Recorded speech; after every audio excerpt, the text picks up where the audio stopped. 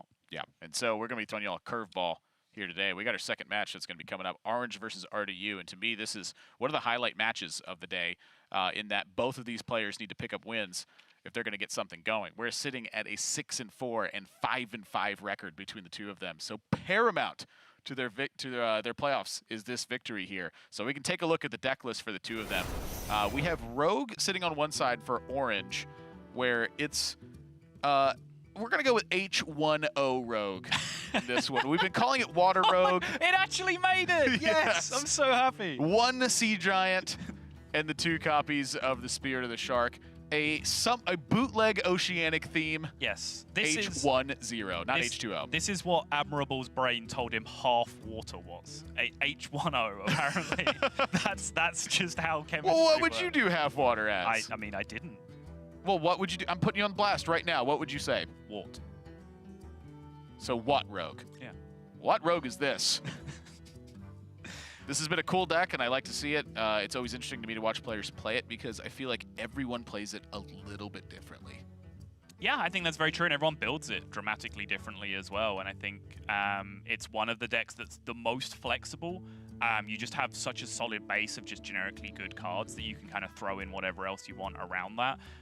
Hotly contested topic throughout the community right now, you know, Spirit of the Shark and the actual power level of that card, how much it's just a tool that accentuates the actual broken card in your deck, which is Evil Miscreant, and how much it is actually a useful card in and of itself.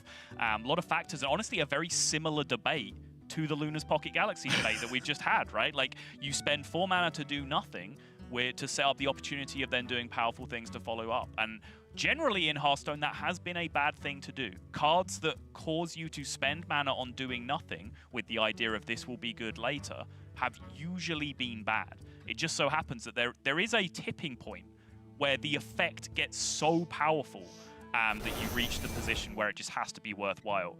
We move on to RDU's deck, which is Vancouver Warrior, as Admirable started talking about during the Masters Tour event in Vegas. Admirable, why is this deck called Vancouver Warrior? I was told this by Purple. Yeah. He's one of the America's Grandmasters players, one of the strongest Hearthstone players in terms of resume and play that has been out there. But you specifically look at War Gear in the main deck in that 5-drop slot.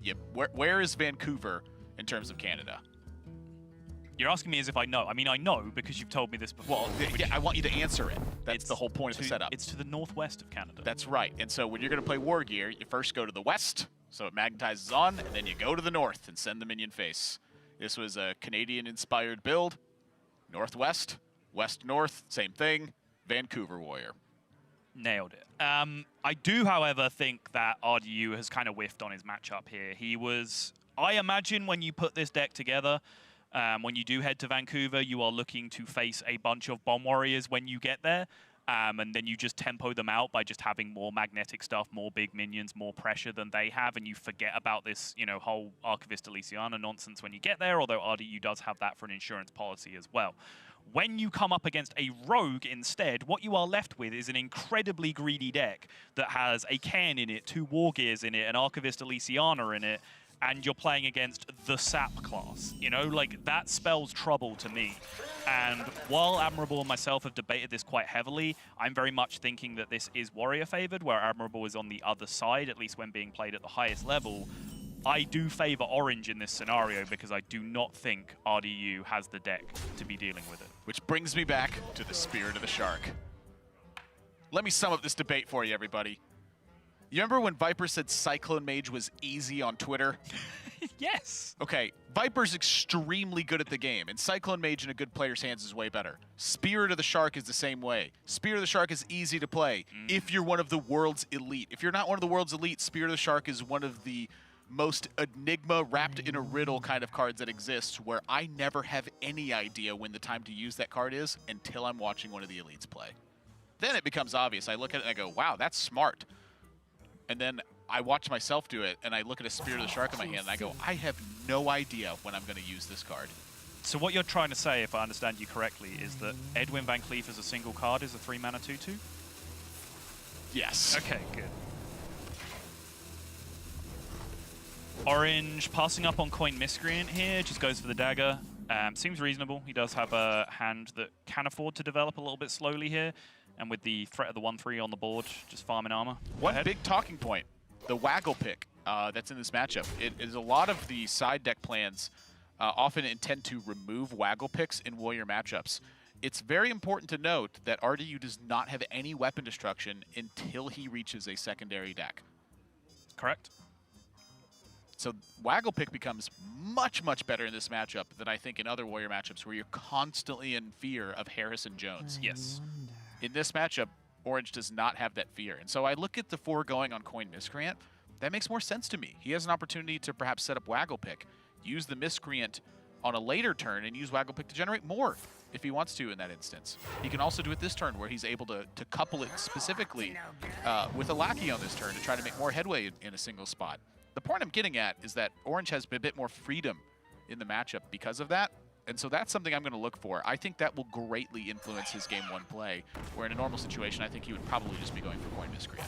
Yeah, I think you might be right. I think in Hearthstone, the coin is generically just the card that gives you the most options that you have during a game, and keeping hold of it for longer then stretches those options out further. And when Orange is in a comfortable position with the range of options he has in hand, it does make sense just to hold on to it for a little bit longer. It's so beautiful, too. Orange now gets to go into the waggle pick to clear off any minion that RDU is going to develop here, whether it's a Militia Commander, whether it's, you know, take your pick of any of the 3-drops, or the Omega Devastator in this situation. And or then Chillwind Meki. Chillwind Meki. And then he gets to spend all of his cards fighting for board, and then at the very end of it, he has Spirit of the Shark and Evil Miscreant. Beautiful. Everyone was just so satisfied with that. Like, slammed his pen down on the I see it. I'm telling you, I have no idea how to use this card until you watch Orange not play Coin Evil Miscreant because he has a payoff intended for it. Now, a kicker to that is Cairn Bloodhoof is in RDU's hand. But answer to that, the sap is in Orange's hand. This is like a game of chess that's taking place right now, and I'm thoroughly entertained. Right now, I'm just seeing a deck doing exactly what Rogue wants it to do, which is just play one big dumb idiot every turn. Like, that is Rogue's bread and butter. Yeah. Like, it plays me every turn. Yeah, it just slams an Admirable every single turn. But, like, that, honestly, that is the one way you will almost never beat Rogue, right? If you just play the stat curve, if you just play a 2-3 on 2, a 3-4 on 3, a 4-5 on 4, a 5-6 on 5 throughout the whole game, you will not beat Rogue. That is exactly what Rogue as a class is built to be. Which brings me back to my initial question. Why is the Warrior then favored in the matchup? Because most Warrior decks don't just slam big idiots on curve. They have fantastic removal options to support that, like Warpath and Dynamatic and all of these various things. They don't draw Cairn Bloodhoof and Wargears. Now, that being said, RDU has trimmed a little bit of the removal. One Warpath has been taken out. Yep. And he has cut down to 1 copy of Town Crier to supplement the Wargears and the Cairn that's in here. Other than that, though, he has all the removal tools. He's still got the shield slams. He's still got the copy of Brawl, which the 1 copy has been fairly standard in Grandmasters. I don't know. I just don't buy it. He has a Wargear and a Cairn Bloodhoof in his hand that he would not have either. He also has 2 Omega Devastators, which is not always core as well. Those cards can be kind of directly correlated to the Town Crier and the Warpath, etc. that you're saying he's missing, and he would be in a much better spot if he had those cards instead. Whew. And that's not me naysaying this deck. I think it makes a lot of sense. You're not wrong, though. To say that there is potentially a lot of Bomb Warrior in the meta. I think making big magnetic mechs and hitting your opponent in the face is a great way to approach the Bomb Warrior mirror. It's just a sad time when you come up against Rogue. These pedantic debates are what I've been looking forward to for 6 weeks. Well, get used to them, buddy. Oh, I love them. I love them. You've been looking forward to them for 6 weeks. You're going to be sick of them in 2. Look, it took me taking a week off. It took me going to the Masters Tour, and it took me getting married to come back and have Sottle being pedantic with me on a Hearthstone cast as my wedding gift. I mean, this was lovely. What I will say is that Orange has really not taken too much advantage of the tempo tools that he's had, and a big part of that is having to pay mana for his Vendettas as it stands right now. But that sap did not really develop him ahead of the game significantly. So because of that, RDU is actually able to just say, okay, sweet, you used your sap.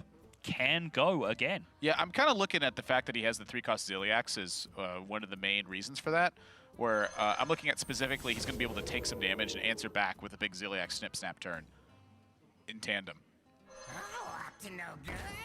Thinking of some good outcomes here as well. Those are interesting. You know, you pretty much are, I think in this situation, are looking almost specifically for Kobold Lackey. It's still kind of less than perfect here, right, though, Kobold Lackey?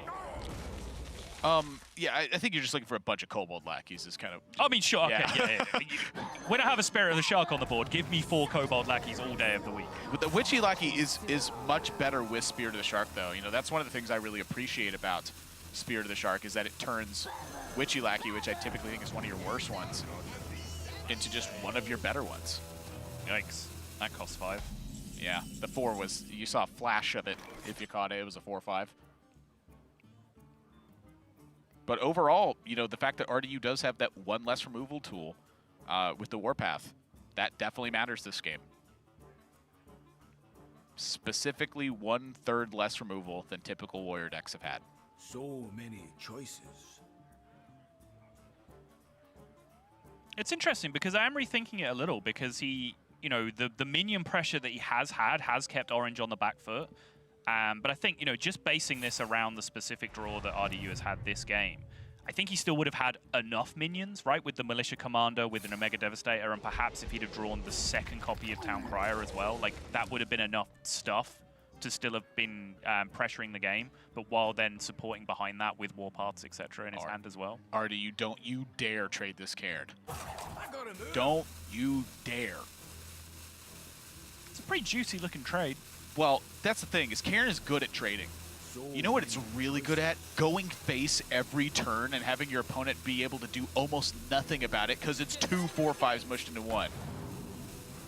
Oh, I do not like that. That is a play that I 100% official admirable stamp of disapproval on. Wow. I was taught this lesson a long time ago by Firebat in Purple, where Cairn is very good at picking up value. And in the early days of Hearthstone, that's what we tended to do with all of our minions, was find ways to get value from it.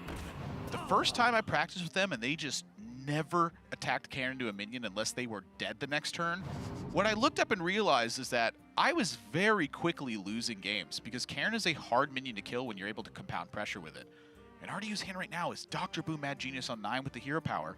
And then you have Omega Devastator, Zilliax, Snip Snap, and Clockwork Goblin. Like, how on earth is that 1/1 going to make the difference?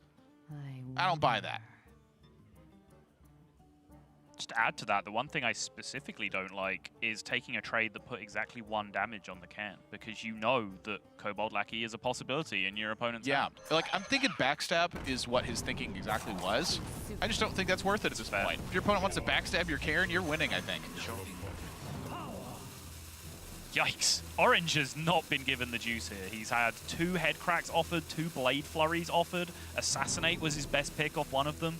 Oh, now he gets the sap. Now he gets the sap after the trade, yeah. Just hand size concerns. He did have to kind of commit a card before playing the 2nd Lackey for 2 spells. I mean, seriously, look what it took to kill this Cairn, though. This was so much stuff. And that probably would have happened with that 1/1 anyway.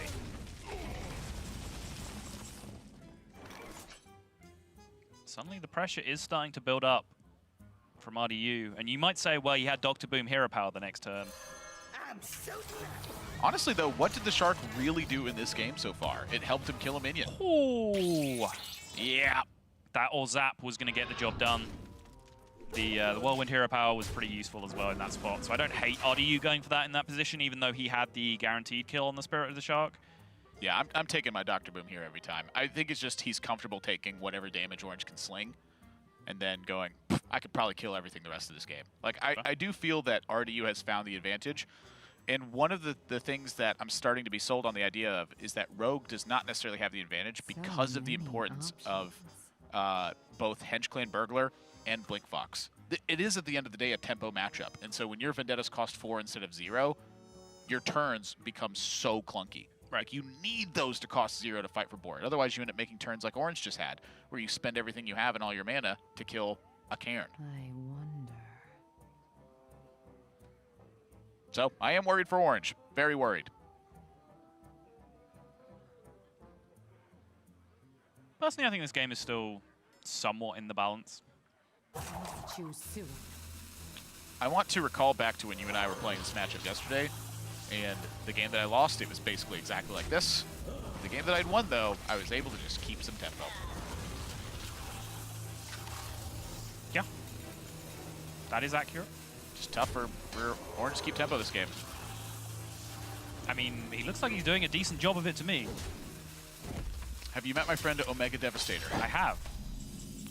This card should actually be illegal.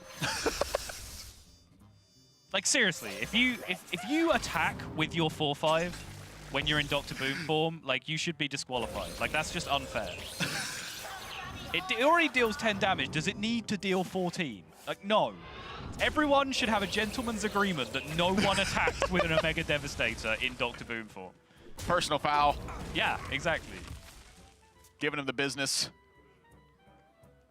Oh, now you show up, Hench Clan Burglar. So this is why you don't rely on henchmen.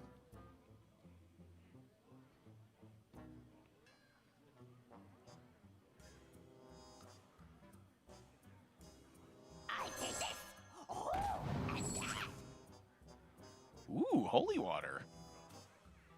Omega Devastator of his own. That would only do 10 damage. An entirely fair card. Only 10, super fair. I'm curious if the Wind Fury has merit here ever. Like if you're looking for like something absolutely crazy to happen at the end of the game.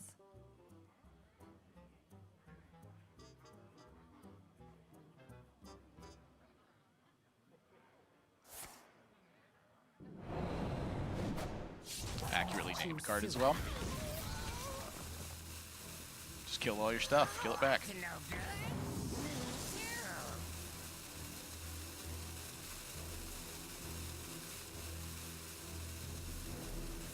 Orange for now is still just about holding on to tempo. You know, you asked me what the Spirit of the Shark really did. Well, it gave him a lot of gas, right? Like, he was able to take care of a Cairn while increasing his hand size. And now he's, through the threat of Dr. Boom, being able to turn that hand size into a decent amount of tempo every turn.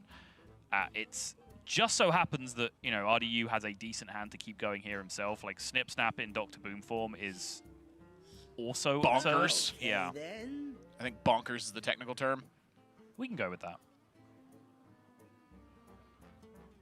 I feel like Orange's hand is just getting filled up with stuff, though. It is. You know, you're starting, like a Deadly Poison's here, a Raiding Party's here. Yeah. I believe Raiding Party's actually dead outside of fetching the last copy of Hench Clan Burglar. He hasn't. That's still his first Waggle. That's the second right? Waggle pick. Is it? He used the first one very early. Remember, he coined the Waggle pick to, or he played the Waggle yeah, pick to handle the Omega Devastator. Yeah. When I went on that big rant about how Spirit of the Shark was his follow-up to Regas. You're right. And I slammed my pen down. Just like that. Just like that. But yeah, his hand, it does have a whiff of the Hagatha about it right now, right? Like you've been playing Control Shaman for the last 45 minutes. You played Hagatha on 8, and now your hand is just full of utter garbage that does nothing in no situation ever. Whiff of the Hagatha, I really appreciate because it was both accurate and flavorful. Yes. Where I can only imagine that Hagatha just smells really bad. Yeah, I mean, it's a witch, a shaman witch. Specifically, she smells accurate and flavorful. Like oregano. Yes. When I hear the word oregano and I smell it, I go, yeah, that sounds right. I took some oregano oil this week for a cold I had, so it smells quite pungent. I wonder. Just for some context there. Gonna now trail off awkwardly. Kind of leave it at that. So a lot of options this turn for Orange. I'm wondering a little bit about like Zero Mana Vendetta here to take care of the Acolyte versus just assassinating it to potentially deny one card draw. Yeah, I was thinking the Assassinate. Because I honestly think Orange's plan right now is to actually try and outvalue Dr. Boom from this position, which... I don't know if that's necessarily true. I think that the Assassinate is more like of a disruption thing where you're looking specifically to get pressure going. And so the sap here actually accomplishes that in two ways, where number one, he gets to play the biggest minion he can. Number two, he gets to deny the card draw for even longer, where it's like if RDU wants it, you know, he has the chance to spend 3 mana on it. And I think spending 3 mana on an Acolyte right now is a mistake. And so that's kind of where I'm looking at Orange's head is he wants to give RDU chances to keep making little folly plays and then surprise him with the amount of damage from hand. You know, we're still looking at a spell discovery. There's a second Shark in the deck. There's Waggle Pig Deadly that's going to go uncontested. There's a lot of ways for him to surprise RDU with damage. And that's why this Blastmaster Boom pickup was so important, is to shut that down. Yep. Also, if just every Boombot goes face, you know, sometimes you just deal a massive amount of damage.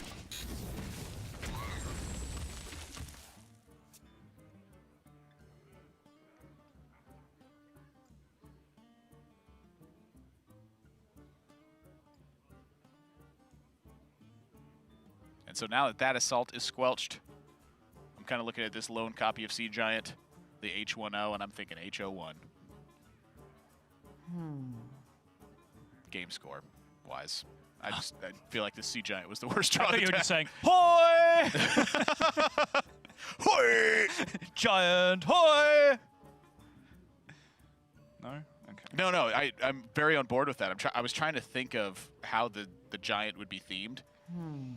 And I just picture like a Nordic or like a Scottish giant. And so my head immediately went towards the frost giant of the days of yore.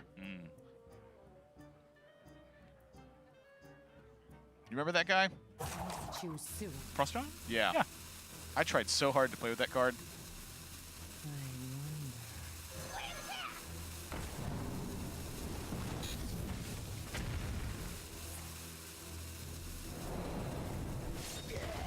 I Orange deliberately trying to soak damage onto this 1-1 here. It's kind of interesting.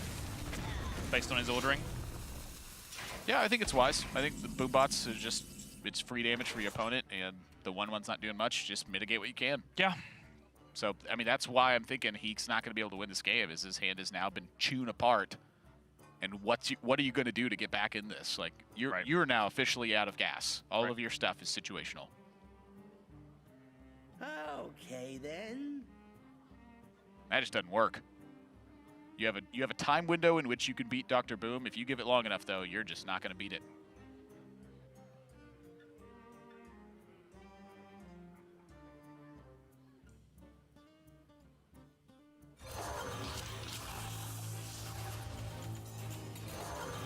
This is really bad news for Orange as well if he does go down 0-1 here, because RDU does have the option if he wants to. I mean, he might see this whole situation completely differently than I do, but he does seem to have a version of this deck in the form of his secondary that it brings back in the Warpath, it brings in a weapons project, it brings in Harrison Jones, it brings in a Spellbreaker even.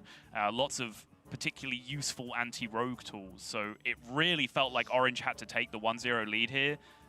You know, jump through the window that was available for him and then just try and scrape out a win in one of the other games as well. Something I'm going to look at, though, is Orange's tertiary deck. He has gas, yeah. In response to that, he removes 2 Waggle Picks, and he takes out the Sea Giant. He gets rid of the Sap if RDU takes out those clunky tools. And he adds in his own version of Vancouver with the 2 Coppertail Imposters and the 2 copies of War Gear and the Cairn himself so that he can put him on the west and then go to the north. Yep. Which, from our perspective, is actually going to the south. So, I don't know, like San Diego Rogue or something. But you get the point I'm getting at. His perspective is still west and north. I am very curious about the follow-up on it because there is some mind gaming, I think, in games 2 and 3. choose Headcrack soon. always gets there, dude. Have you tried this yet? Have you attempted the Headcrack victory Yes. yet? I've tried it exactly 1 time, and it worked exactly 1 time. Wow, really? 'Cause Yeah. I've tried it like 30, and it's worked 1. And the one time it worked, I was really excited about it. Oh, he took advantage of the Snip Zaps! I didn't even see he could do that. Now, granted, that Sea Giant's just going to die because there's a Shield Slam for 10. And you also just left 6 damage in play. But he got to use it. Yeah. And that's important. You don't put to cards me. in your deck to not use them. You know, that's something that I want to address here, too. Talking about your opponents drawing too well. I think you're right to complain about your own draws. I think when you get bad draws, that's not what your deck was supposed to do. You designed it to pick up the right draws. When your opponent gets the right cards, of course they got the right cards. That's why they put the cards in the deck. Complain about your own draws, not your opponent's. So who is complaining about their opponent's I'm soapboxing for a minute. Okay. Like when I read stuff where it's This like, seemed very tangential. it's just when I see something or someone's like, of course I lost in this spot. My opponent drew the nuts. I'm like, well, that's why they put the cards there. Sure is. When you draw bad though, feel free to complain about it. I feel you on that one. Okay. I'm glad you're here to be the arbiter of what we can and can't. No, you're free to talk about it. I'm just letting you know that I'm going to judge you accordingly. Fair. judgment or the soapboxing? Choose. Orange really just on a pretty slow death march here. He does still have the High Sparrow Togwaggle in his deck, which I guess is what he's kept engineering towards. He did have to use his final lackeys on the last couple of turns, though, that we had to see him hold on to for multiple turns, looking to go fishing with that, hoping that, you know, lackey, Togwaggle, bounce it with the Waggle pick, another Togwaggle, start ripping through your deck, get some zero mana broken stuff. Like, it can get you back into games in crazy spots, but each passing turn that goes by with his draw not being exactly High Sparrow and Togwaggle, he is in serious trouble. I really thought you were going to say High Swear and Togbaggle. It just sounded like that's where you were going with That's just better.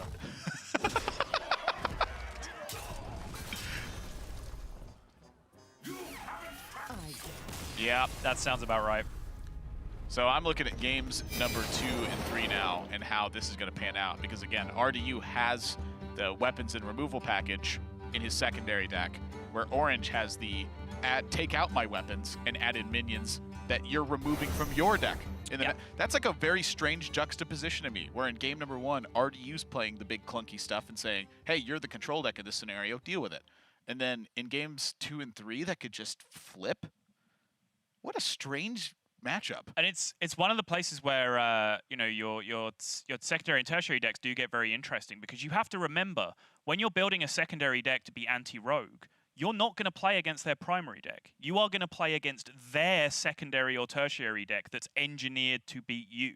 So when you come into a specialist tournament, the idea of building a deck that is anti-rogue is not look up the ladder list and work out how to counter it. You've got to get the read on what other people's anti-warrior rogue deck is going to be, and then create an anti-rogue warrior deck to be able to counter that. And that's where things like Spellbreaker become massively important, because we've seen this Coppertail Enforcer, Cairn Bloodhoof, and Magnetic Minion synergy package be very, very popular. So that means Spellbreaker is now not just an Edwin buster, it actually counteracts the strategy of your opponent to an extent as well. Yeah, I mean, that's some very well put together thoughts, and that's a difficult task to ask for, is to say, not only do you figure out what you need to beat, you need to figure out what they're going to be beating you, what they think they need to beat you, and then figure out what you need to beat what they think they need to beat you. Layers. There's That's what we need in our lives. There's too many of them, and so we got to take a break because all these layers. When we come back, we're going to be jumping into game number 2 of this, RDU versus Orange. Critical match records for the two of them as well. 6-4 and 5-5. They both need to win to keep their playoffs hopes alive. Stay tuned.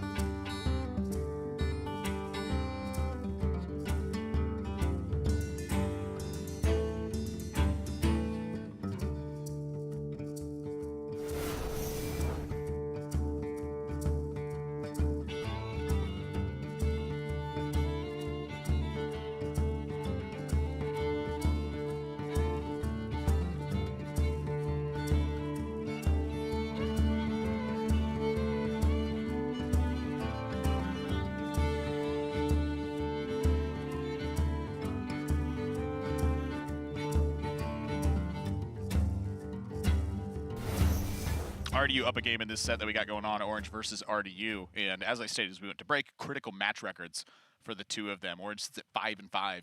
RDU sits at 6-4. And when you look at that division cutoff, this match is super important for their momentum going into the last 3 matches here in Season 1 of Grandmasters. Yeah, it's one of those kind of weird matchups that you get in most league systems where a head-to-head almost becomes a functional eliminator in essence. When you get this deep in, you get 2 players that can essentially leapfrog each other into that final playoff spot in 3rd place. That's where it really comes down to brass tacks. And we're looking at the deck list now. Orange has swapped over to the tertiary deck, which we'll take a look at first, where he has added in the Coppertail Imposters, the War Gears, plural S, and that copy of Cairn Bloodhoof. He is now taking the Vancouver role for himself and saying, you know what?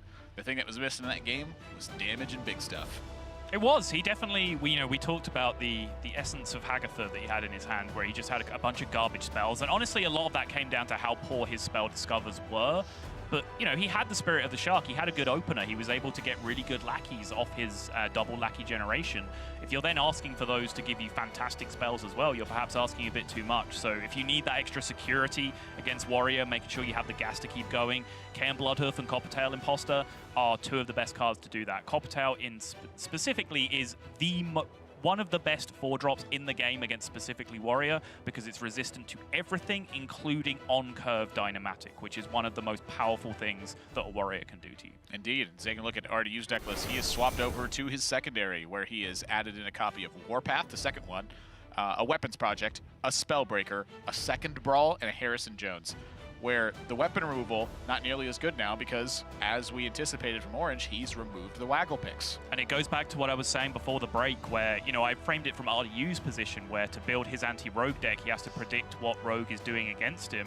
One of the things that you can potentially predict is say, hey, if rogues play against me, they're going to cut the weapons out of their deck when they play, so maybe I don't need these weapon destruction cards in my hand. In my deck, sorry. What I will say is that I just think Weapons Project Harrison Jones is almost a good enough package to just include in your deck vanilla in a lot of occasions. Like, in a lot of matchups, if I have Weapons Project Harrison Jones in my opening hand, I will just keep it because it just wins most matchups on the spot. And I think that's fair to do. Weapons Project is a way to answer early minions. Yeah. And so if you need it, you have that in a pinch. And Weapons Project Harrison Jones draws you 3 cards. That's like a super Azure Drake. Indeed, it's powerful. I don't mind it at all. So you at least have that split going for you. Early on here, though, Orange's hand is not looking fantastic. It is pretty much his last game, sans all the generation. Just 2 Vendettas and no way to activate them. Right.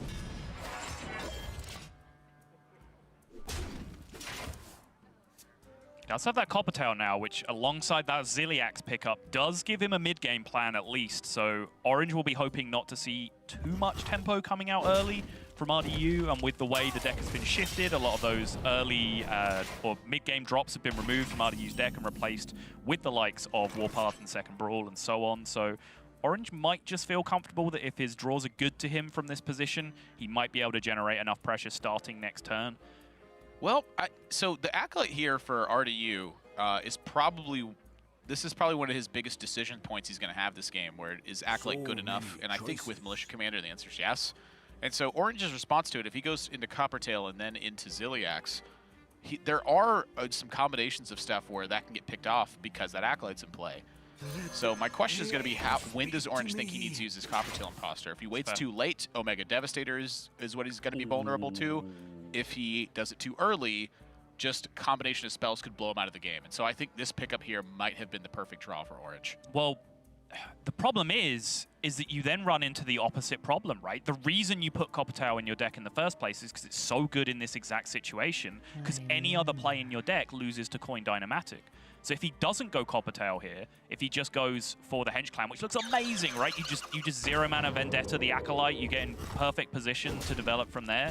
Coin Dynamatic comes down, Coin Ziliax comes down from RDU. Suddenly you're in trouble again. I guess part of my thinking is, if you play the Coppertail as Coin Dynamatic, is it better or worse for you now? That's a good question. That is a good question. I think it might be worse for you. Like, RDU drawing 3 cards here, like, that's how he finds the removal. That's what I don't want him to do. It's a great point. But you make an excellent point too, where it's if oh, thanks. If you make friends, if you play the Hench Clan Burglar, does Dynamatic just give your opponent too much tempo? Like, tempo is a more immediate way to lose than card draw. Your opponent can still whiff on cards. It's tough for them to just whiff on tempo when they're playing things and blowing up your things. Like, that's not a whiff. The way I'm looking at it was there's 2 copies of Vendetta as well, so you get to answer a Dynamatic too. That's true. That's a tough spot. It really is, I think. And so I look at a position like this and I'm like, oh, well, now I gotta use the Henge Clan because I have to kill this Omega Devastator. So maybe it is better that you get the 4 damage out of it, but now you're vulnerable to the Militia Commander your opponent was likely to have because the Town Crier. One little play changes the ripple effect of the game, and that's why I love this meta right now, is because so many plays influence the game in a rippling way. As soon as you make one decision, it changes everything. I take everything that you just said and reach a different conclusion, which is, this is why I hate Warrior right now, because they have so many different tools to stop you having fun. Okay, that's a fair assessment, but it's a tough perspective for me because one of my favorite things to do in card games is stop other people having fun. It's neutralize the attack. That's what I said. Yeah, that's what I said. Yeah. Neutralize the attack. Yeah. You have to put it in a tactical form in order for it to sound Choose fancier. I like comboing off, and I like neutralizing attack, and I like attacking base a lot. Maybe I just like cards a lot. Maybe Hearthstone's just sweet. Yeah! Vendetta. For free. You get the benefit of, if your opponent's answer is Militia Commander here, you stuck a minion to board, you get to go face. RDU has looked entirely unflapped throughout this entire series. Is that a word? Because unflappable is a word, so surely that means you can not be flapped. Continue on about your train of thought while I Google this and tell you whether you're right or wrong. Great. But he's appeared very nonchalant about the entire game, and it's certainly not because he's not feeling the pressure of his position. He's not one of the players that sat in a below mid-table position where they're not going to get relegated, but they still have no chance for playoffs. So they're just kind of playing for the prize money from week to week and to get as good a standing as they have. This is an incredibly high-pressure game for RDU, but he's looked incredibly calm in every scenario so far. So you know when you Google a definition, the Google will have the definition. You don't need to go to like a dictionary site to find it. It's not doing that. Okay. But it is technically a word by all the dictionary website standards. Sure. Where it's just not upset or confused. Unperturbed. Nice. But Google didn't provide it. Learning. It's like one of those words that's like not quite a word yet, is kind of my guess, I guess. Not quite a word yet. Yeah, it's got to be like officially recognized by like a committee of people who sit around and yap pedantics. It's just not me and Sottle. It's just chilling in a word cocoon for another few months. About to blossom into a beautiful word butterfly. It's like how literally So now also many has the definition figuratively. So Yes. literally means both literally and literally, I guess. Correct. It's actually just lost meaning. Yes. Literally. Yes. I don't want to disagree with it because this is how language has worked since the beginning of time. Language evolves and usage is the arbiter, and when something becomes common usage, it's added to the dictionary. Like, Yeah. I think people who complain about, YOLO being added to the dictionary are the most tedious type of people alive and just have no understanding of how the world works. But that one is really dumb. Yeah, seriously, like, come on. Yeah. It's taken about 2 hours, Admirable, but we've finally spent some time ignoring the game and discussing etymology of various words instead. Well, this is... I'm back, baby! Let's go! I mean, that's a lot of Warrior, though. It's a very visual aspect. It's like, when Warrior stops killing things, that's when you pay attention. I'm so This is a turn to pay attention. RDU didn't kill something this turn. So now, can Orange leverage that to a victory? And I'm looking at the amount of damage in hand, and I'm thinking, maybe. Probably. That is a steamy pile of damage. And Rogue with Mortal Strike is a very scary proposition because they are at liberty to injure themselves down as low as they want to be able to get the full force of damage out of that card. So I'm looking at Ziliax, I'm looking at Dagger, I'm looking at lots of face and poke this 2-1. The time is nigh. Unity, precision. This is a real difficult board to clear, even for Dr. Boom Mad Genius. I mean, even by Brawl, even by Warrior standards, this is a difficult board to clear. Yeah. Well, I mean, I think Dr. Boom Mad Genius's standards are a lot higher than an average warrior. So I think that speaks for itself. I'm telling you, like, there are some times when I don't think that Dr. Boom is the play. And I think that this might have been one of those scenarios. I'm serious about this. Like, if that Dynamatic Oh, I came know down, you're serious If that about Dynamatic came down, he at least contested the board. He presented Orange with something that perhaps he needs to take care of. I'm going to be This would honest, be a I'm good very time for disappointed a in myself master because I was plan. really looking forward to having this argument with you, but I was too busy talking about things being added to the dictionary to take note of the position in which he played Dr. Boom, so I'll have to bow out of this one and await the next time you say something dumb. The way that I look at it is, I don't want to talk about Dr. Boom being right or wrong at the moment This would because be a I want good to see the time for a follow-up master of it plan. and Right. let that lingering impact of what do you do now be my argument for me. It's way too difficult to explain when Dr. Boom is not the right play in an immediate sense that you have to see it and feel it to know what's I happening. agree. I've definitely won games with Bomb Warrior where I have had Dr. Boom Mad Genius in my hand on turn 7, and I have won the game with it in my hand Yeah. because it was just never correct to play it. It's a card that there's a very fine balance Oh no! where you don't necessarily want to play it when you're ahead because you'd like to continue being ahead by playing more minions, but you don't want to play it when you're too far behind either because then it's too much pressure to catch up on. RDU looked very flapped in this scenario. He shook his head no. He did have a massive flap right then. Yeah. He looks flapped. I wonder. And understandably so. The best minion won the brawl. For Orange, it's now adding up these totals. And do they equal 19? They sure do. It'll need to be a little bit more because of RDU's hand. It is. But when your minions are trucking away, He's left himself. Yeah, it's exact mana usage as well. Actually, one less. Yeah, yeah. It was 16 mana in total to spend all of his damage cards. And it lines up pretty nicely. The Ziliax is available for RDU, but putting on your 2-turn lethal setup going into a Warrior's turn 8 is so much better than doing it into their turn 9 and beyond, because turn 10 and beyond, Omega Devastator Ziliax is a ridiculous swing. But even on turn 9, they have so many more options for just being able to get big Ziliaxes back in. And yeah, there is a serious amount of flapping going on Yeah. RDU's camera for the first time in this series. officially flapped. Yeah.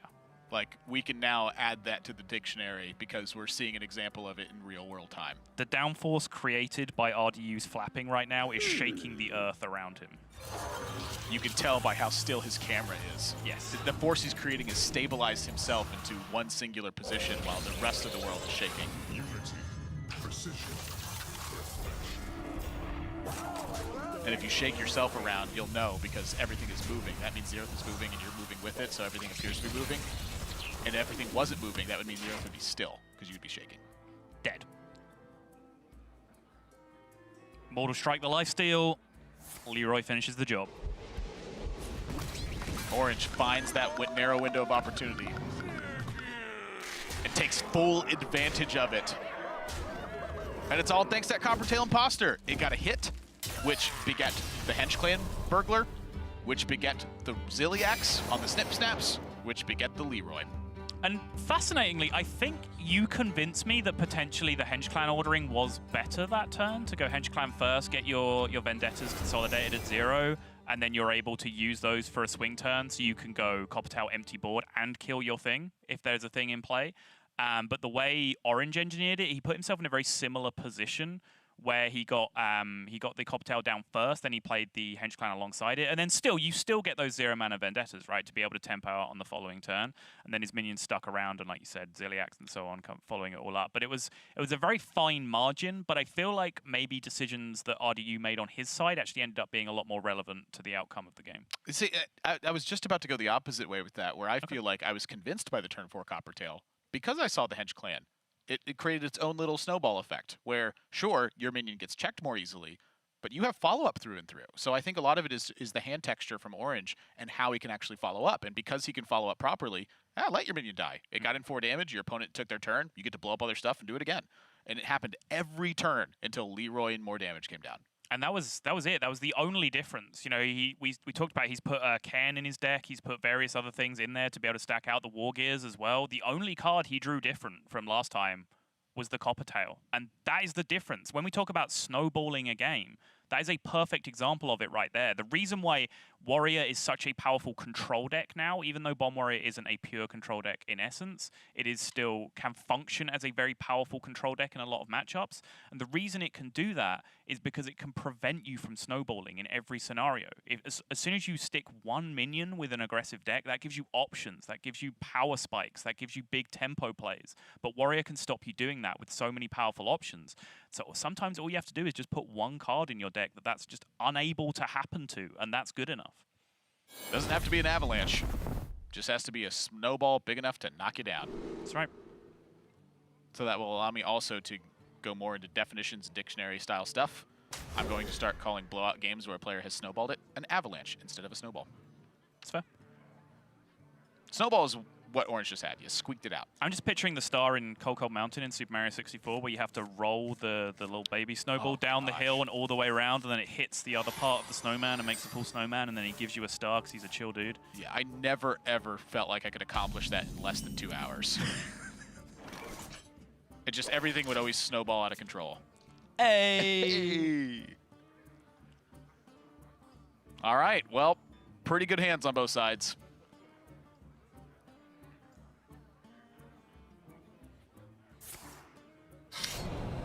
Wow, it's tough to call an advantage from this perspective. They're both sitting on some heat right now, for sure. I think if Orange draws a 3-drop here, Edwin Van Cleef by itself is a singular 2-2. I think it might Said he come had down. to draw a 3-drop. I think it might come down here. I mean, when is this Edwin getting big based on this hand? That's what I'm saying. Never, right? The way it would get big is the turn that you have a Togwaggle pop off. So Which that is- many options. That's like years away, it feels like. Honestly like it. There is a decent probability that a 3-mana 3/3 is the play from RDU on the following turn, right? Edwin by itself as a singular card is a 3-mana 2/2 minion. I think this is the right play. Everything has just come to full circle in this map. No memes that we have said have not happened, it feels like. Everyone go to Twitter, J_Alexander right now, and just enjoy his feed currently. I guarantee you it is fire. So many Perfect plug choices. opportunity. Both players, I will note, stuck to their secondary and tertiary plans.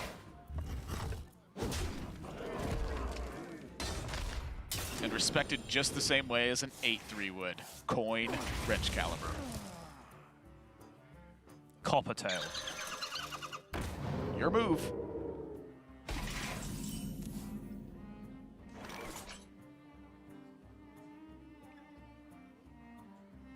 Looks like Chillwind Meki go from where I'm sat.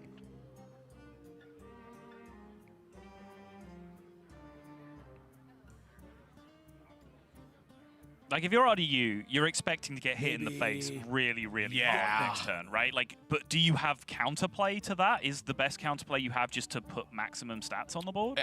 In this case, I think it is, because your answer is exactly next turn. Attack it with your weapon, shield, armor up, and shield slam. Oh, jeez. Otherwise, that 9/9 is not dying. Oh, jeez. That's... Like, you don't have an option. If you do not hit it in that way, that 9/9 is not dying outside the brawl. Everything you said just upset me enormously. Oh my, and the Cairn gets drawn. All right. It's Vancouver time. Play your minion on the left. Ship it.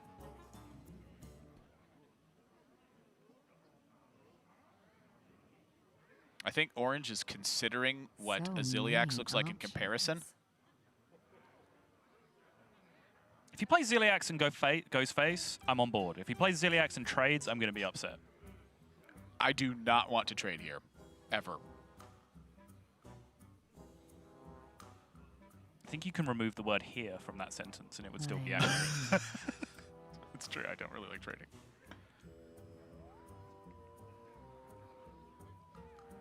I'm trying to think of the benefits of this way. Precision. Is it just that the war gear is... Oh, no. I'm upset. I'm very upset. Now, the thing about it is this doesn't really get punished by a ton of stuff. I mean, you're looking at specifically Weapons Project Shield Slam, I believe. Oh my gosh, you drew Weapons Project. I wasn't even looking at that. That is huge.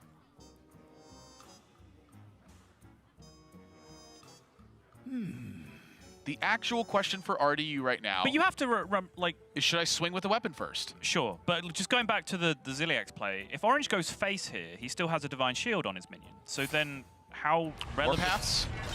So you're playing around Warpath plus armor generation plus shields? Like, Well, so it would be Warpath, just Warpath is the damage effect. I don't know. I really don't know. Like, the reason I don't like Orange's play in this situation is he didn't capitalize on it.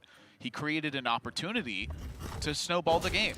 And I think that if you just suit up and go face, your opponents, they're taking 14. Like, that's what it boils down to. I would do a lot of things for an attempt at 14 damage. yeah. Take heart. I think the one thing that we do have to bring up is that obviously, like, leaving a mech on board is dangerous against Ziliax. That's always true. And there's always a part of your brain that says, trade into this mech so you can't slap Ziliax on it. See, But it's in that situation, if you made a 9-9 with the war gear, it's not super relevant because you would push a combined 18 for your 9-9 to then die and leave the minion on they play. gained 7 back, though. Yes. So, yeah, you're still dealing 11. But the Right. problem is then they have a 7-7. But the point I want to lead into is if your opponent has drawn Ziliax, if they have Ziliax in their hand, you are going to have to beat Ziliax at some point in this game. It's going to happen, right? Just almost no matter what you slice, it's going to be tough. Yeah. So I personally, when I play against Warrior, I get myself in a position where, you know, if I don't have specific that is a rush minion read on their hand, then I just forget about Ziliax for the most part, because I feel like if it's there, they're going to have opportunity to beat me with it at some point in the game anyway. I mean, heck, with me, even if I think it's there, I probably still just do it anyway. I'm like, they still do have to have it. Yeah. I don't know. I'm curious of how that will impact things, you know, in the future. Orange he does have it's important to know he has Togwaggle in hand. So every time he picks up a lackey, you're looking at the game completely changing. So that is something I'm curious about, how much that affects the way you're trading. Because the Ziliax play, honestly, would have been quite a blowout. You'd be looking at a 7-7 lifesteal minion in play as taunt instead of, you know, whatever just happened. Yeah, and crucially, Orange's hand would have no way to answer it, right? Like, the argument you can make against what I just said is, well, if Ziliax comes down later in the game, maybe I found Vendettas and Saps and things from Spell Lucky to help me deal with it by the time that I get there, and I'm in a much better position. You know, this is why Hearthstone is hard, and we as casters will advocate for plays that we like. It doesn't mean that we're right. It doesn't mean that we're wrong either, even if the player disagrees with us. That's why Hearthstone is such a magical game. So why did the trade come in here on this turn? Like, are you protecting the 1/4? Value out of his Cairn before it can get Spellbreakered is an argument. I'd see it's an argument that you find incredibly unconvincing. Well, yeah. I talked about it from RDU's perspective when he was basically playing the defensive role in game number 1. Yeah. Go face. It's tough to kill Cairn.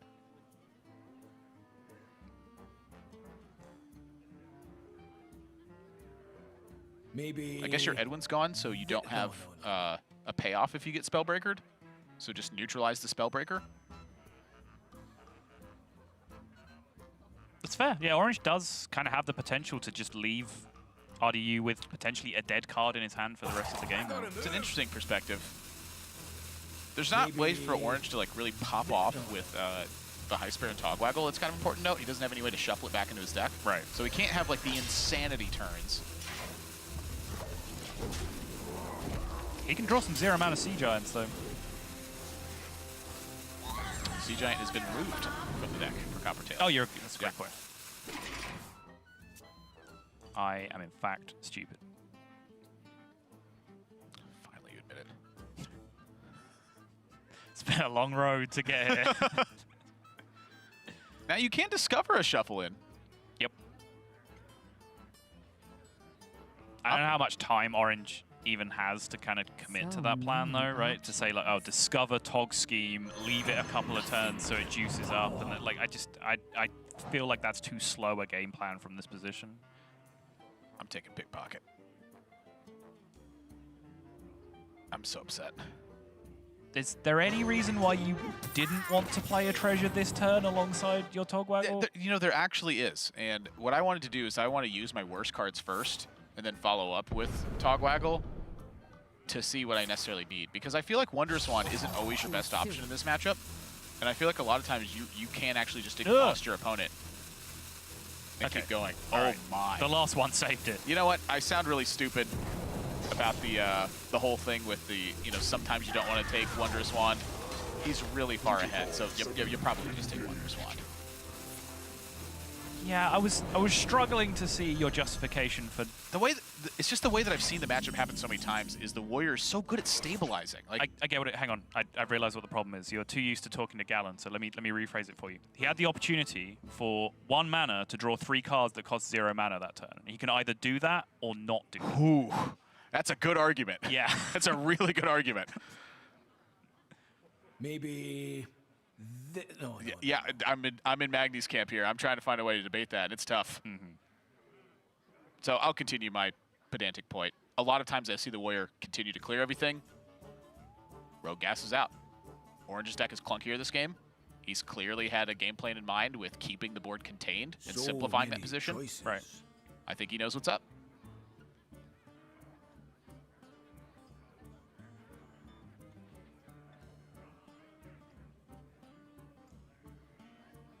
RDU's thinking about the nightmare outcomes if he brawls and never has follow-up again, or if the War Gear lives and there's nothing he can do.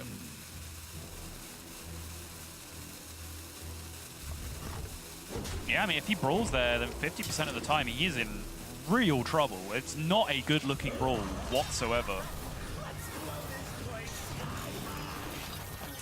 And that is a much better-looking Dr. Boom, but the sacrifice is an enormous amount of damage, especially with War Gear in play. Like, the threat of a mech being consolidated on board means there's so much more damage potential for Orange. Orange's got 19 available this turn if he slung everything face. And then his follow-up was just 4 damage. But he has a Togwaggle, he's got a Lackey, he's got a Coppertail Imposter. Like, I think he is free to start putting the pedal to the metal here. I mean, yeah, just based on the board state, I think that's a pretty clear indicator. Sorry, like, what are you going to do? Just trade into all of your opponent's boombots for them? No, you have to giddy up from here. It's your only option. If you're going to Lackey here, I do think that he is using High Spear and Togwaggle. So many options. Yeah, Lackey, Togwaggle, and then you have Vendetta Devastate to deal with the 7/7. You can just push everything. He's just drawn 3 more cards? Oh, wow. I mean, if you drew the first 3, you probably just draw the second 3 as well. Oh, boy. Important to note that Bomb now overrides the benefit you would get in that slot. Ah! Oh! All right, ring the alarm. This just got serious. Yeah, you need that Town Crier now. He's got to alert everyone what's up. So immediate damage next turn is now 5 + 6 + 1. So he has 12 immediate next turn. And the flapping has very much begun on RDU's camera again. Yeah.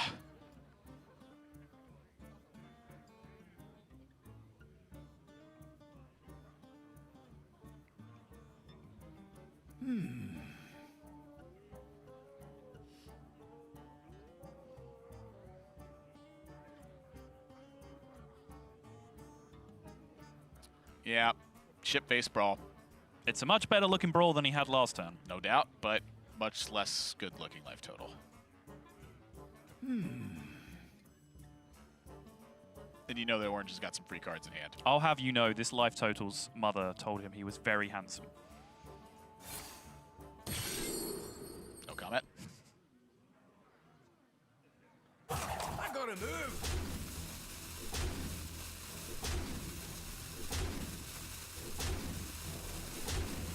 If every Boombot just went base for a lot,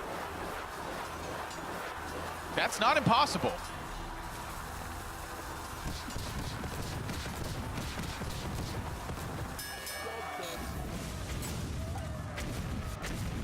Oh no, it's not living. It lives. It lives. That's game. That Wait. is actually game. Okay, no bombs drawn. That was the only other kicker. Unreal. How did that Bane live? It took 1/1 and then 2 from the 3 boombots that hit it. 3 hit it, which was dead on average, but it low rolled super hard on the actual damage sources to stay alive. The double fist pump from Orange, and rightfully so. He got out of a tight spot, I think, in the matchup, and is able to just push a lot of damage. And so I think the Togwaggle is the exact reason that Orange was trading in that scenario. He said, if I get to Togwaggle and I'm safe, it doesn't matter if I'm barely ahead or way ahead. The Togwaggle is going to be able to secure the spot. That's fair. That's fair. You definitely rewind and look at it from that position, but it just felt like, apart from Ziliax, every other combination of cards in RDU's deck, he was in trouble. And so if that he pushed face in that spot. So that's the big question to me. Without Togwaggle, would he have taken the risk of Ziliax? And I think it's very likely he would have. And we're gonna have an interview with him pretty soon, so we can just ask about that. But I think the Togwaggle is what swayed him away from taking any sort of risk in that game. Instead, you go, you know what? I'll worsen my spot to make sure disaster doesn't strike. I have a game plan that's strong enough to win. Yeah, and it goes to show that there is a lot that goes into these games, just in terms of iterations in play, but also just dealing with the deck building, right? Because that's something else that I can't wait to talk to Orange about, because the interaction between like the weapon destruction and the lack of weapons and like the counterplay between spellbreakers and so on that went on in those secondary and tertiary decks was super interesting. And so we have Orange ready for an interview. Orange, can you hear us? Yeah, I can hear you. How's it going? Good, good. Congratulations on a very crucial win in this match. You now both have changed records. You move up to 6-5, and RDU moves to 6-5 as well. So the true mirror on those matches. The first question I want to ask you about is going to be about the gameplay. In game number 3, with the option to suit up the war gear and go face, you end up suiting up Ziliax and still have an option to go face, but you trade there instead. Talk to me about that turn and why you chose trading over going face. Do you mean turn 5? Turn 5, yes. Well, if I suit up the war gear and go face, so the problem is what came up in testing is like when you go Coppertail, they go mech, and if you didn't suit up your mech and they counter with Ciliax, then in that spot he would have like taken a weapon hit and took some damage, but then like Ciliax restore health, and then he'd have a 7/7 in play. And I thought it was worth it to play around Ciliax. I had Cairn as follow-up, so even if it like trades into it, it's not the end of the world. And also I have Togwaggle for the value game. I don't know. I kind of just lose the game on the spot if he has Ciliax there and I go Wargear face. So I wanted to avoid that. So to follow up that question, say your hand was weaker, you didn't have Cairn and you didn't have Togwaggle that instance. Is that somewhere where you're more likely to take the risk and go for face, or are you still going to be trading in fear of Ziliax? The thing is, I just like lose the game straight up, and Omega Devastator is like a pretty good setup for Ciliax. So, I mean, I don't really have a read if he has it or not, but I don't think I would like to risk to lose the game. Like if my hand was like double backstab, whatever, I'd probably just go for it. But I would need an especially like a very very bad hand to go for it, I think. Cool, cool. Hey, Orange.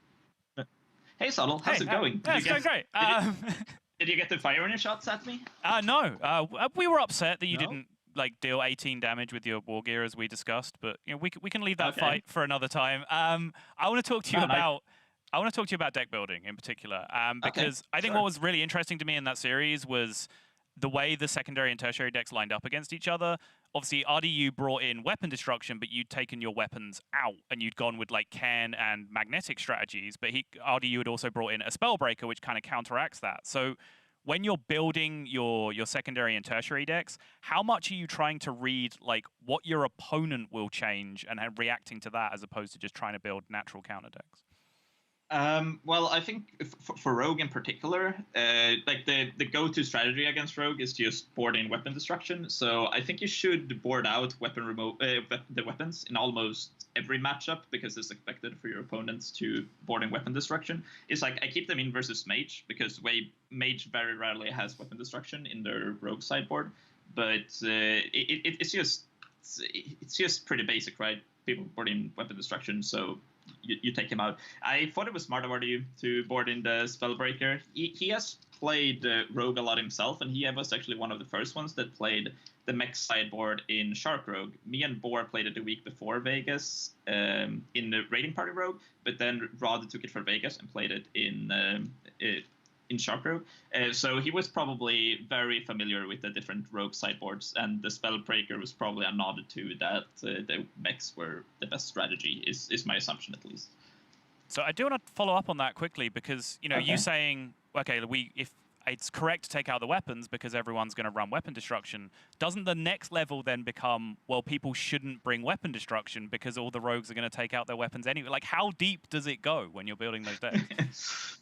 I don't know how deep it goes. We'll see how it evolves, right? But I don't think you like, even if you're like boarding in one ooze or something like that, and in like Rod's case, it's still like Weapons Project and Harrison work great together, even if they don't have weapon. So you're really not sacrificing much. So, and I think that playing Rogue into a deck with weapon destruction is like very, very risky, whereas the guy with the weapon destruction isn't really taking a huge risk. So I think it's way more risky to keep in the weapons from the rogue side. And also, I gave you tons of opportunities to fire shots at me game one. I have no clue what I did that game, and you guys are saying that you didn't take the opportunity. What's up with that? I mean, RDU's hand was so good. It just looked like everything you did was going to fail in that game. Like, you had lots of value going. I guess we could have taken a fire at Shark and bringing that. I mean, you sat there with 2 Vendettas in your hand that cost mana. That was really dumb. Why did you do that? Yeah, what are you thinking? I don't know. Like, I write down a bunch of notes like before the game. Then I obviously don't bring them to the table. But I just like sit and write things down about a matchup before I start each Grandmaster match. And so I like kept that opening hand that I think was terrible. Then I just like fought back at it after game one, and I'm like, I really went against everything I wrote down in my notes in game one. So not my proudest one, but happy that the sideboard carried. So what did your notes say, and why do you actually write the notes? First, I remember things way better if I actually just like sit and write them down. Even if I throw away the paper right away, I still just remember things better. And what I had written down, now I don't have them, but it was something along the lines to like go super heavy for board with mid-sized minions in game one, because he only plays 1 Warpath, 1 Brawl, so it's like very awkward for him to answer that. I also wrote it like fighting for board overall with like Vendettas is super important, and then you switch plans for game 2 when he brings out the war gears and stuff. I also I had a big note, just used Spellbreaker I circled in several times because I forgot that card a lot in testing. I think that was it. I don't really remember. Dodge Boom was a mental note as well. Well, it sounds like you remembered them way better by writing them down. But I have my note right here that says Orange is now up 6-5 and has much better playoff contention spots. So Orange, congratulations on your win. Note. And looking forward to seeing you play this week.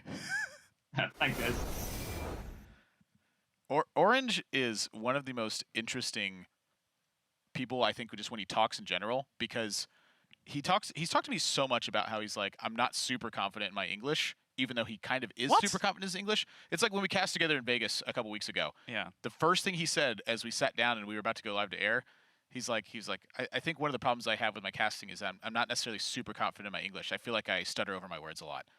And I'm like, well, then don't think about that. Just because he thinks his own name is Jon and not John doesn't mean he can't speak English. It's like he's confident in his ability to form sentences, but not to speak them cleanly. I guess that's the phrasing I'm trying to land on there. Yeah. To me, then, just write that note down. Just write it down, and then you'll remember it. Speak better English. Yeah. Yeah.